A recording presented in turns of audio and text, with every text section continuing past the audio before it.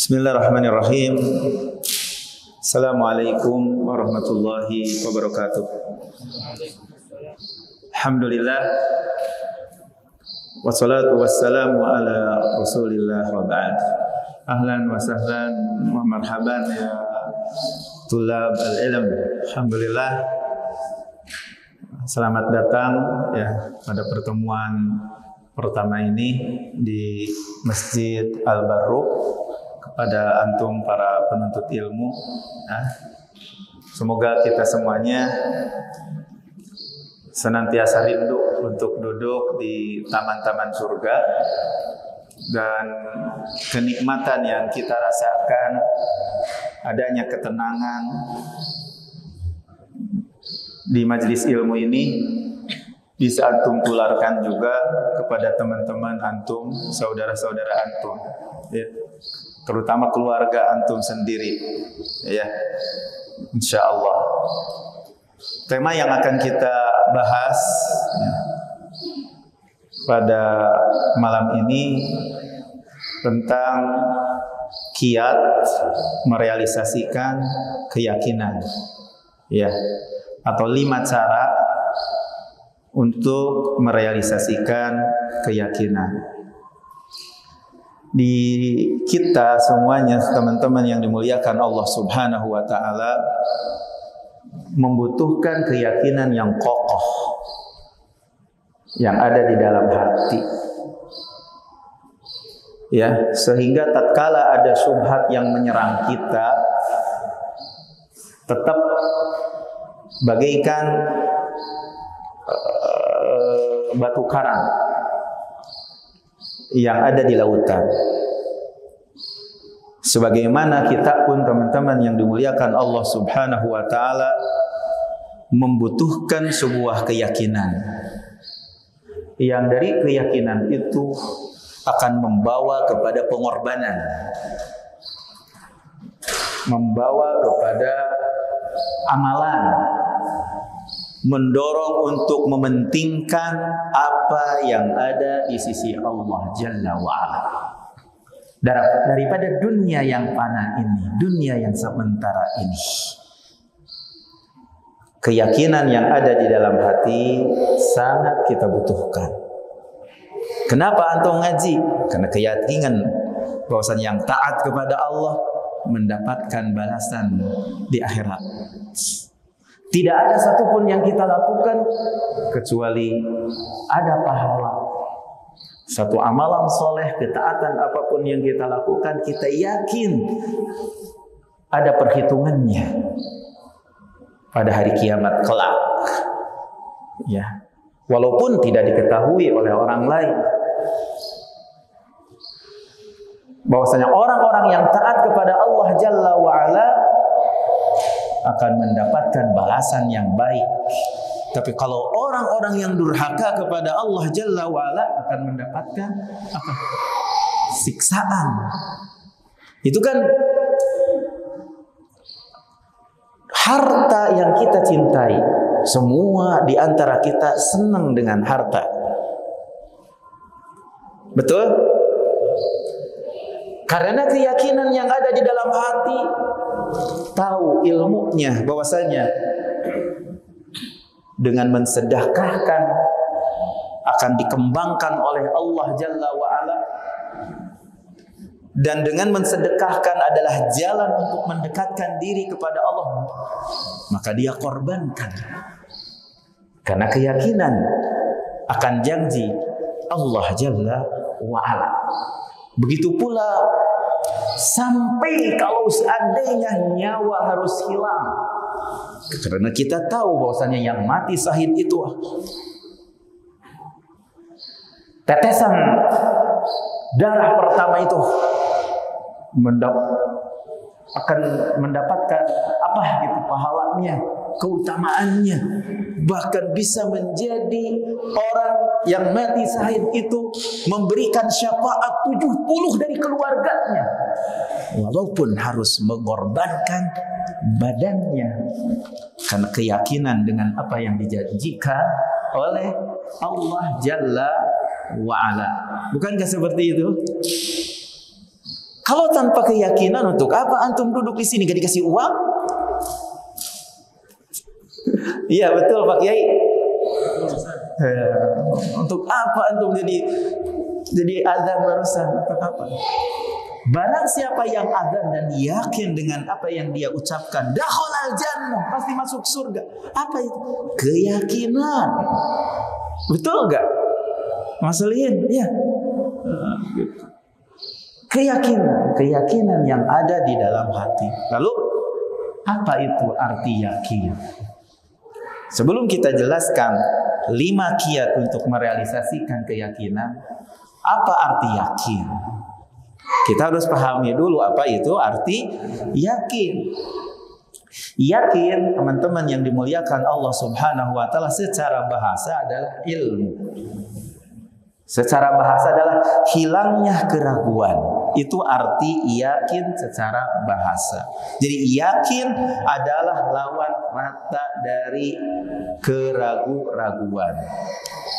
Sedangkan ilmu adalah lawan kata daripada kebodohan. Itu secara bahasa yang dimaksud dengan yakin. Yakin amalan anggota badan atau amalan hati? Amalan badan atau amalan anggota badan? Amalan badan atau amalan hati? Yakin hati. Pertemuan-pertemuan yang dulu kita bahas tentang amalan hati apa? Masih ingat? Ikhlas. Iya, sudah kita gambarkan penjelasannya, cara merealisasikannya. Terus tanda-tanda orang-orang yang ikhlas sudah selesai. Arti ikhlas, merealisasikan keikhlasan. Betul? Contoh-contoh orang-orang yang ikhlas bagaimana? Nah, sekarang itu pembahasan yang kedua yang akan kita bahas berkenaan dengan amalan hati. Karena kita di sini di Masjid Al-Baru itu akan menyelami amalan-amalan hati. Dan ini suatu perkara yang sangat penting. Jadi yakin merupakan amalan hati. Ruhnya amalan. Ruhnya amalan. Yang mendorong seseorang untuk berkorban, yang mendorong seseorang untuk berjuang, yang mendorong seseorang untuk taat. Dari mana timbulnya? Dari yakin. Nah, yakin secara bahasa adalah lawan kata daripada keraguan-raguan. Adapun secara syar'i, yang dimaksud dengan yakin adalah sesuatu yang kokoh di dalam hati. Maka sesuatu yang kokoh menetap di dalam hati, yang tidak ada keraguan dan kegalauan di dalamnya.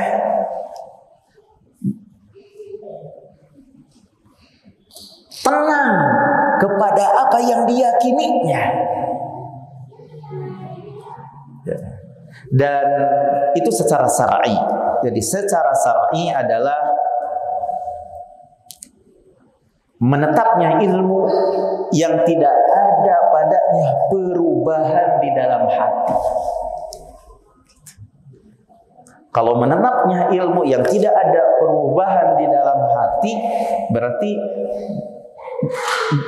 artinya hatinya itu tenang, dikarenakan kekokohan ilmu yang ada di dalam hatinya.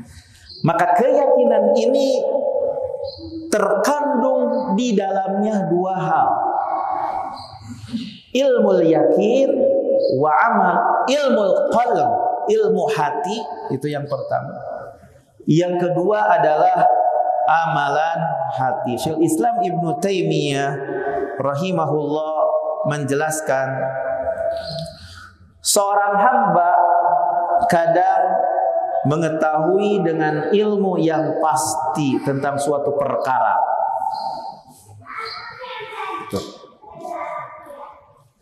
Lalu di dalam hatinya ada gerakan untuk beramal yang merupakan tuntutan dari ilmu tersebut.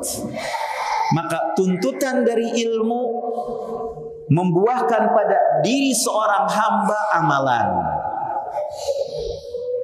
Baik amalan itu ada dalam hatinya atau amalan itu yang nampak oleh anggota badannya. Ya, dari ilmu akan menumbuhkan amalan, baik amalan itu amalan yang ada di hati atau amalan yang dilakukan oleh anggota badan. Barangkali didapati ilmu di dalam hati seseorang, akan tetapi bagi yang memiliki ilmu itu tidak sampai kepada tingkatan amalan, hanya sekedar ilmu saja. Makanya kita membutuhkan untuk banyak berdoa, untuk mendapatkan taufik dari Allah, dari ilmu yang telah kita yakini, yang dikabarkan oleh Allah dan dikabarkan oleh Rasulullah, prakteknya, tingkatan untuk mengamalkan apa yang sudah diketahui. Contohnya, seorang hamba mengetahui bahwasanya Allah adalah Rabb, pengurus segala sesuatu, yang merajai sesuatu, bahwasanya tidak ada sang pencipta selain Dia, Allah Subhanahu wa ta'ala. Ya. Apa yang Allah kehendaki pasti terjadi, dan apa yang tidak Allah kehendaki tidak akan terjadi. Nih.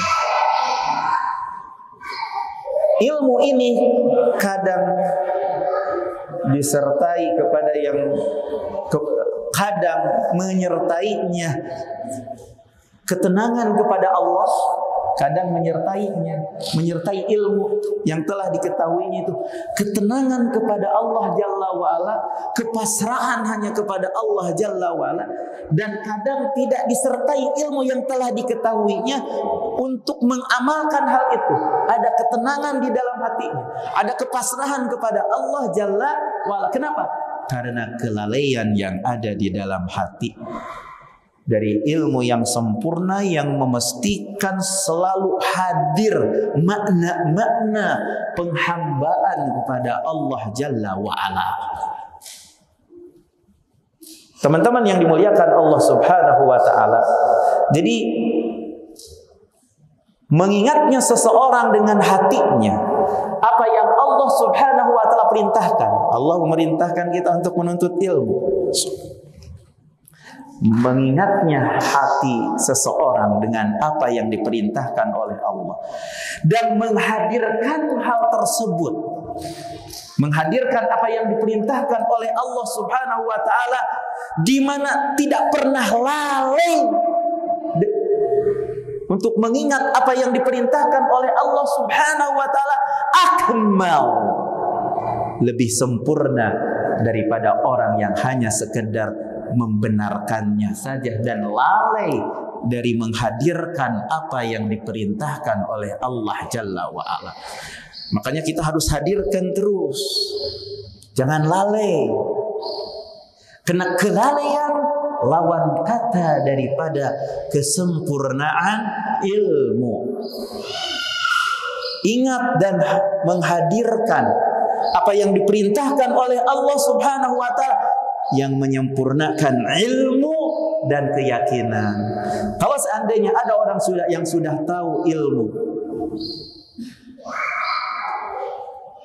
namun tidak nampak daripada ilmu wawasan yang diketahuinya gerakan amalan hati atau amalan yang nampak dari anggota badan, apa penyebabnya? Lemahnya keyakinan. Orang tahu pahala bersedekah, tapi tidak bersedekah. Apa itu? Sekarang kita waktunya untuk berkurban. Yang berkurban bukan berarti orang yang banyak uang sebenarnya. Belum tentu orang yang suka berkurban itu bisa jadi orang yang punya uang banyak tapi tidak berkorban untuk Allah Jalla wa'ala, karena kurangnya keyakinan. Jangan disangka bahwasanya orang yang berkurban itu adalah orang-orang yang memiliki banyak uang, tidak, tapi memiliki keyakinan karena mengorbankan sesuatu yang dicintai oleh dirinya. Bukankah begitu? Makanya ayo berkurban. Abu Sofia, ayo ajengan, ayo berkorban. Siapa lagi yang berkorban? Gitu. Berkurban hanya untuk Allah Jalla wa'ala. Tidak diambil lagi kemanfaatan lagi. Enggak, sudah untuk Allah. Enggak usah diingat-ingat. Teman-teman yang dimuliakan Allah Subhanahu wa taala, apabila seorang hamba yakin umpamanya dengan perkara-perkara yang terjadi di akhirat, kebangkitan dari kuburan, akan adanya hisab, perhitungan, akan dibagikannya catatan amalan, melewati sirat, jembatan, baiknya balasan dan jeleknya siksaan, buruknya siksaan. Jadilah di hatinya seolah-olah menyaksikannya perkara-perkara yang dikabarkan oleh Allah tentang akhirat, seolah-olah nyata dia lihat. Itulah hakikat keyakinan yang Allah sifati. Dengan hakikat keyakinan ini, orang-orang yang beriman di dalam firman-Nya, wabil akhirati hum yuqinun, dengan hari akhirat mereka yakin. Al-Imam Ibnu Qayyim rahimahullah berkata, la yahsulul imanu bil akhirah hatta yatma'inna ila ma akhbarallahu subhanahu anha. Keimanan dengan hari akhirat tidak akan tercapai dan tidak akan tergapai, tidak akan bisa diraih sehingga hati itu tenang kepada apa yang dikabarkan oleh Allah Subhanahu wa taala tentang urusan-urusan akhirat. Tuma'ninatuhu ilal umur la yashukku fiha wa la yak, ketenangan kepada perkara-perkara yang tidak ada keraguan di dalamnya. Itulah orang mukmin yang sebenar-benarnya, yang beriman dengan hari akhirat. Insyaallah orang yang yakin itu karena meyakini perkara yang gaib seolah-olah nyata di hadapannya.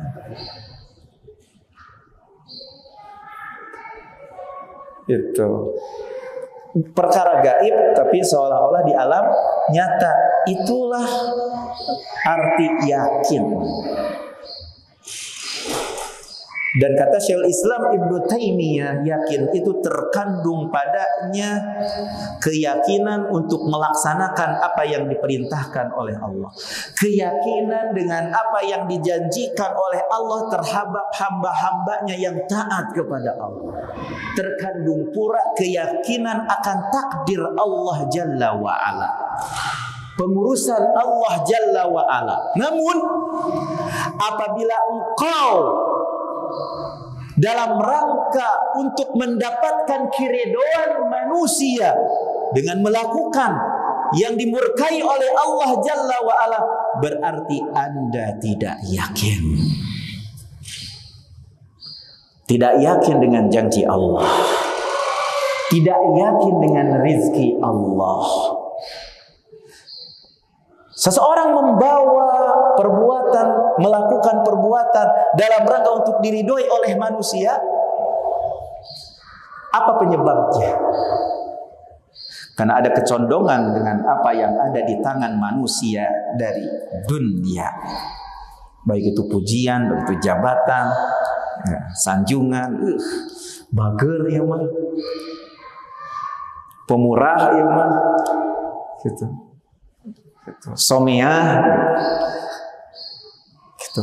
Sondong dengan apa yang ada di tangan manusia di dunia, dari pujian, dari harta, jabatan, lalu dia meninggalkan untuk melaksanakan apa yang diperintahkan oleh Allah karena mereka makhluk, karena berharap dari mereka. Betul? Bisa jadi karena itu orang yang melakukan suatu perkara yang dimurkai oleh Allah Jalla wa'ala karena condong dengan apa yang ada di tangan manusia dari dunia, lalu meninggalkan apa yang diperintahkan oleh Allah. Hijrah itu membutuhkan pengorbanan. Kalau kita meninggalkan teman-teman kita yang lama, yang buruk, itu membutuhkan pengorbanan, betul. Karena takut dicela oleh manusia, udah aja tetap bersama mereka, betul gak? Perjuangan, arti sebuah pengorbanannya mana? Tumbuh dari sebuah keyakinan terhadap janji Allah, sehingga melaksanakan apa yang diperintahkan oleh Allah. Janji Allah akan menolongnya, janji Allah akan menjaminnya. Maka dia tidak akan betul-betul hijrah, dan hijrahnya benar hijrah, bukan hijrah yang palsu. Takut dicemooh, takut gak punya uang, tidak memiliki keyakinan dengan janji Allah Jalla wa'ala. Betulkah begitu? Sehingga meninggalkan apa yang diperintahkan oleh Allah untuk meninggalkan teman-teman yang buruk. Betul? Atau ada kalanya teman-teman yang dimuliakan Allah Subhanahu wa ta'ala, kenapa melakukan suatu perkara yang dimurkai oleh Allah? Lemahnya keyakinan dengan apa yang dijanjikan oleh Allah bagi orang-orang yang taat dari pertolongan Allah Jalla wa'ala dan pahala yang Allah berikan ya di dunia dan di akhirat. Jika kita mencari ridho manusia seperti itu, sehingga meninggalkan apa yang diperintahkan oleh Allah, dua hal penyebabnya: condong dengan apa yang ada di tangan manusia, itu, atau lemahnya keyakinan dengan janji Allah bagi orang-orang yang taat. Namun apabila engkau terus mencari ridho Allah Jalla wa'ala, ya, walaupun banyak manusia yang mencemoohkannya, mencelaknya, menganggap eksklusif lah, menganggap ini, menganggap itu, banyak dibicarakan oleh orang dengan perubahan kita, umpamanya perubahan antum, saya, semuanya yang ada di kita di zaman sekarang ini kan, misalnya wanita itu udah tidak punya rasa malu lagi, bubuligiran ya di pantai gitu kan. Padahal kan sebenarnya itu sifat tabiat manusia. Wanita itu adalah pemalu. Yang buka-bukaan itu seperti para artis ya, maaf, udah menyelisih fitrahnya. Betul. Ya. Kemudian kita misalnya melakukan perbuatan yang diperintahkan oleh Allah, berhijab. Tentu banyak orang yang merasa asing melihat orang-orang yang berhijab. Padahal itu sebenarnya sesuai dengan fitrah. Tapi orang yang tidak sesuai dengan fitrah karena suatu perkara yang sudah biasa dianggap biasa, betul nggak? Gitu. Intinya, bagi para pengekor hawa nafsu, bagi orang-orang yang sedang taat kepada Allah itu akan dikucilkan, akan dianggap aneh, dan yang lain-lainnya. Apabila Anda tetap mencari apa yang diridhoi oleh Allah, walaupun banyak orang yang mencemooh Anda, pasti Anda akan ditolong oleh Allah. Pasti Allah akan mencukupkan rizki Anda. Kehidupan Anda akan dijamin oleh Allah. Itu janji bagi orang-orang yang taat kepada Allah Subhanahu wa ta'ala. Butuh keyakinan. Sehingga orang yang yakin akan kelihatan gesitnya, berkorbannya, karena mementingkan apa yang diridhoi oleh Allah Subhanahu wa ta'ala. Tapi orang yang lemah, aduh, loyo jadi kumaha manusia, kumaha orang, kumaha rameina orang, takut dari manusia, berharap dari manusia, pujian manusia, takut celaan manusia, mau meninggalkan musik, aduh gimana ya Allah, gimana saya dianggap aneh ya Allah, mau pakai celana cingkrang, aduh gimana ya Allah, nanti orang-orang anggap kita kambing-kambingnya akan dikorbankan. Betul? Dianggap jenggotan maksudnya itu. Yang jenggotan. Jenggotan salah. Yang cingkrang kebanjiran misalnya. Salah. Akhirnya gak mau melaksanakan perintah Allah. Itu kenapa? Lemahnya keyakinan. Saya mau berhijab gimana, tetangga kan enggak.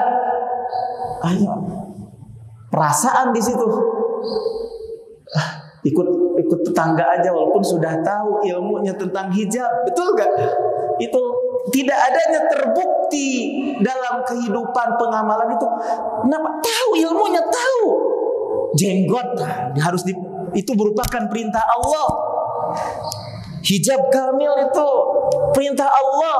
Salat berjamaah adalah perintah Allah. Tapi perasaan ini dalam rangka menjaga persahabatan. Jadi mengikuti apa yang diinginkan oleh manusia. Apa itu penyebabnya? Lemah keyakinan. Masih ingin dianggap teman sama tetangga, takut dicela, ingin didorong oleh mereka, akhirnya lebih banyak basa-basinya daripada melaksanakan perintah Allah Jalla wa'ala. Betul enggak? Ini bukan berbicara, ini kehidupan nyata dalam keadaan kita sehari-hari sebenarnya yang ya tinggal kita memohon kepada Allah Subhanahu wa taala untuk ditambahkan kepada diri kita keyakinan. Makanya cara untuk merealisasikan keyakinan itu ada 5 cara. Ya. Ada 5 cara. Ya. Cara yang pertama, teman-teman yang dimuliakan Allah Subhanahu wa taala, tapi sebelum ternyata lama mukadimahnya juga ya. Itu belum menyampaikan kepada pembahasan, terlalu lama. Ya. Jadi masih mukadimah lagi sebelum masuk ke dalam kiat. Ya. Yang paling agung cara untuk meraih keyakinan itu,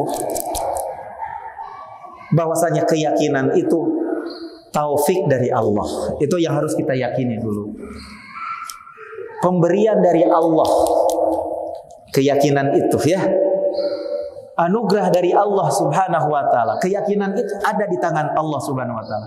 Maka tidaklah yang kita lakukan kecuali mesti minta kepada Allah keyakinan itu. Ya.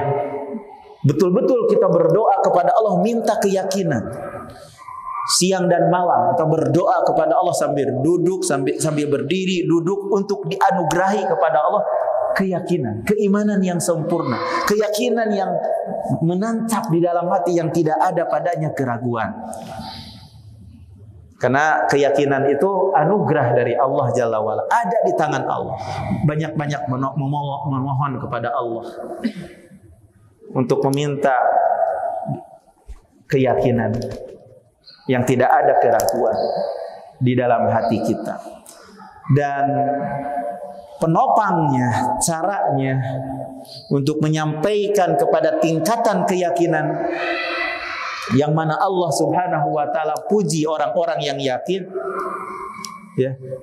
Orang yang dikhususkan oleh Allah Subhanahu wa taala yang bisa mengambil pelajaran dengan ayat-ayat Allah yang terdapat di dalam Al-Qur'an dan ayat-ayat yang ada di sekitar kita, dikhususkan oleh Allah Subhanahu wa taala bagi mereka orang-orang yang yakin. Bisa mengambil pelajaran, bisa mengambil manfaat ayat-ayat yang dibaca dan ayat-ayat yang ada di sekitar kita, dikhususkan bagi mereka orang-orang yang yakin. Ya. La ayat lil mukinin, merupakan tanda-tanda ya yang bisa memberikan manfaat, kata Allah, ayat-ayat yang dibaca maupun ayat-ayat yang di alam sekitar kita, bagi mereka orang-orang yang yakin, yang bisa mengambil manfaat dari ayat-ayat Allah yang kita baca dan ayat-ayat yang ada di alam sekitar kita itu, bagi mereka dikhususkan oleh Allah. Ini pujian bagi orang-orang yakin. Lil muqinin, bagi mereka orang-orang yang yakin. Nah, untuk meraih keyakinan ini, pertama, teman-teman yang dimuliakan Allah, setelah itu merupakan anugerah Allah ya, kita harus banyak berdoa karena itu merupakan anugerah Allah. Ilmu ini diantara sebab yang menyebabkan kita menggapai tingkat keyakinan.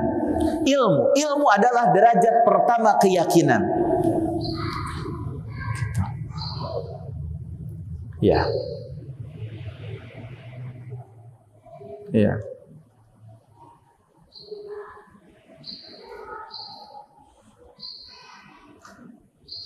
Tadi sudah dicontohkan, orang yang memiliki keyakinan itu ya, tidak hanya sebatas tahu saja, akan tetapi mendorong dengan keyakinannya untuk melaksanakan, untuk maju, untuk berbuat. Walaupun harus ruhnya menjadi hilang, walaupun harus hartanya disedekahkan, dikorbankan, karena yakin bahwasanya Allah Subhanahu wa taala, bahwasanya Allah menjual dari orang-orang yang beriman itu diri-diri mereka, harta-harta mereka. Gitu. Dan bagi bi anna lahumul jannah, bagi orang yang menjual diri-diri mereka sampai harus hilang nyawanya atau berjuang dengan mengorbankan harta-harta mereka, bagi mereka al jannah, surga. Yakin. Betul enggak? Orang yang berjuang untuk dakwah, orang yang berjuang untuk menuntut ilmu, bukan tulus. Itu mah rizki saja yang tiba-tiba tambahan, gitu, bukan tujuannya dari awal untuk tulus.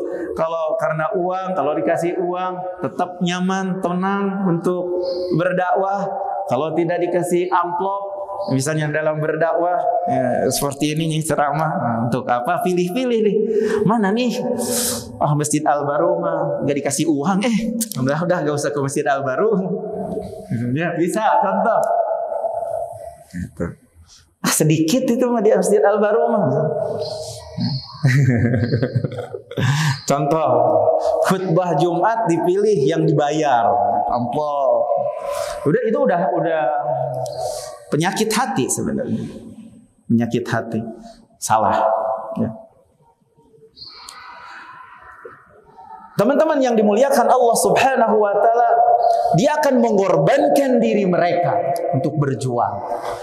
Bahkan mengorbankan harta mereka karena yakin bahwasanya Allah akan membeli dari orang-orang yang beriman diri-diri mereka dan harta-harta mereka, dan bagi mereka surga. Barang dagangan Allah itu mahal, barang dagangan Allah itu adalah surga, harus dibeli dengan diri-diri kita, harta-harta kita yang kita miliki, pikiran kita, tenaga kita. Betul? Kalau mau barang dagangan Allah yang mahal itu, bakal giat, bersemangat, pemicunya surga, surga, surga, surga, surga. Maka ilmu apabila setelah kokoh di dalam hati akan menumbuhkan keyakinan yang merupakan kehidupan hati yang paling agung, yang dengannya hatinya menjadi tenang, hatinya menjadi kuat, hatinya menjadi terus bergerak. Yang di pikirannya itu dakwah, dakwah, dakwah. Share manfaat, kebaikan, kebaikan, kebaikan, bukan debat, debat, debat, debat. Hanya mengeraskan hati saja. Gibah, gibah, gibah, gibah, gibah saja. yang membuat hati semakin walaupun jenggotan keras hatinya. Betul seperti itu. Yakin. Nah, ilmu ini membutuhkan ilmu ini yang kita semuanya butuhkan untuk sampai kepada derajat yakin yang kokoh di dalam hati, yang tidak ada padanya keruan, mencakup banyak ilmu, macam-macam ilmu, yaitu ilmu tentang Allah, ilmu tentang keadaan diri kita, ilmu tentang keadaan makhluk. Adapun ilmu tentang Allah meliputi ilmu bahwasanya Allah yang diibadahi, hanya satu-satunya yang diibadahi, yang tidak ada sekutu bagi Allah, yang tidak berhak beribadah kepada seorang pun selain Allah, tidak menoleh hatinya kepada seorang pun dari makhluk, tidak tergantung kepada makhluk. Itu tentang masalah ilmu berkenaan dengan yang berhak untuk diibadahi. Adzan dulu ya? Atau masih?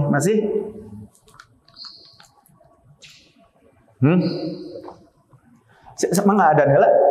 Terus gitu dilanjut 10 menit atau 5 menit sambil menunggu qomat ya. Dan kalau seandainya belum disampaikan kiat-kiat berikutnya, ada waktu yang lain, insyaallah. Yang terpenting paham. Ya. Waktunya ya, silakan.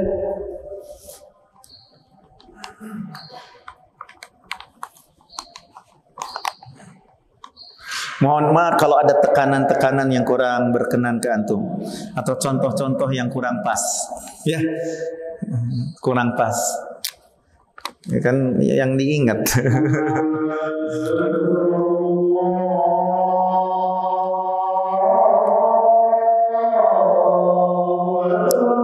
Allahu Akbar.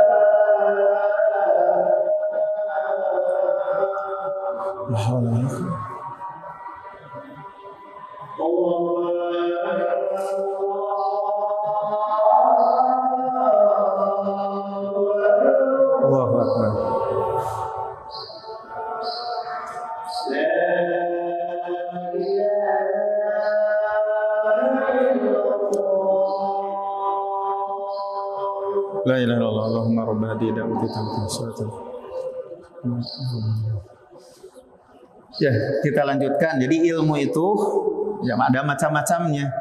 Jadi awal pertama untuk meraih keyakinan itu dengan ilmu, ya. Dan ilmu itu untuk yang bisa menyampaikan kepada derajat yakin itu mencakup ilmu tentang Allah, mencakup ilmu tentang diri, mencakup ilmu tentang makhluk. Ketika berbicara tentang ilmu tentang Allah, mencakup ilmu yang berkenaan dengan Allah adalah satu-satunya yang berhak diibadahi, sehingga hatinya tidak menoleh kepada makhluk, kepada selain Allah Jalla wa Ala. Atau mencakup ilmu kepada kepengurusan Allah Jalla wa Ala, tauhid rububiyah. Kalau ada krisis apapun, krisis dengan berbagai macam keadaan, krisis moneter, ekonomi, ya, atau akhlak, bahwa itu semuanya itu diurus oleh Allah, ada di tangan Allah Jalla wa Ala. Makhluk itu adalah hambanya. Allah yang mengatur mereka sebagaimana yang Allah kehendaki. Maka apabila seseorang mengetahui dengan ilmu ini, dia akan nyaman walaupun dalam kondisi krisis. Tenang akan rizkinya, tenang akan ajalnya, tenang akan takdir-takdir Allah, tenang akan pemberian Allah, tidak murka kepada Allah, tidak mencela pemimpin misalnya. Ngomongin pemimpin aja terus dicela, masih karena ini, karena itu, karena ini, karena itu. Gak tahu itu semuanya udah aturan Allah, diurus oleh Allah. Kerisisan-kerisisan apapun ada di tangan Allah. Allah yang berkehendak, tidak menentang Allah, akan tetapi dia ridha. Apabila ditimpa kepadanya kenikmatan, dia bersyukur. Apabila menimpa Allah kepadanya kemadharatan, dia bersabar karena dia beriman kepada pengaturnya Allah. Dia yakin akan janji Allah Jalla wa Ala dan ancamannya. Mencakup juga ilmu tentang Allah, ilmu tentang kepada nama-nama Allah dan sifat-sifat Allah Jalla wa Ala. Jadi orang yang mengenal Allah dengan pengenalan yang benar akan nama-nama Allah dan sifat-sifat Allah, akan ada di dalam hatinya kelapang dadaan, ketenangan kepada Rabb-Nya yang memiliki sifat-sifat yang sempurna, dan akan menghadap kepada Allah dengan kesempurnaan kebutuhan kepada Allah. Akan didapati dari Rabb-Nya Allah kekayaan, pemberian, dan akan mendapatkan segala apa yang dicari. Gitu. Apabila seorang hamba mengetahui hakikat ini, dia akan ridho Allah sebagai Rabb-Nya. Dan dengan sebab keyakinan ini, seorang hamba akan merasakan manisnya iman dengan keridoan ini. Zaqa ta'mul iman man radiya billahi rabba, akan merasakan lezatnya iman, manisnya iman orang yang ridho Allah sebagai Rabb-Nya. Iman dengan qada Allah dan takdir Allah. Maka perkara apapun yang dilewati dari berbagai macam krisis, ujian, hal-hal yang dibenci, dia orang yang yakin itu akan tenang, tidak gundah gulana, tidak ragu-ragu, dan tidak akan timbul dari orang-orang yang yakin itu apa yang diucapkan oleh orang-orang yang awam, yang tidak mengenal Allah dengan sebenar-benarnya. Orang yang menuntut ilmu tidak akan menjadi ikut-ikutan mencela pemerintah, mencela ustadz. Gak akan ikut-ikutan. Gak akan ikut-ikutan kebanyakan orang. Gak. Orang yang yakin mah gak.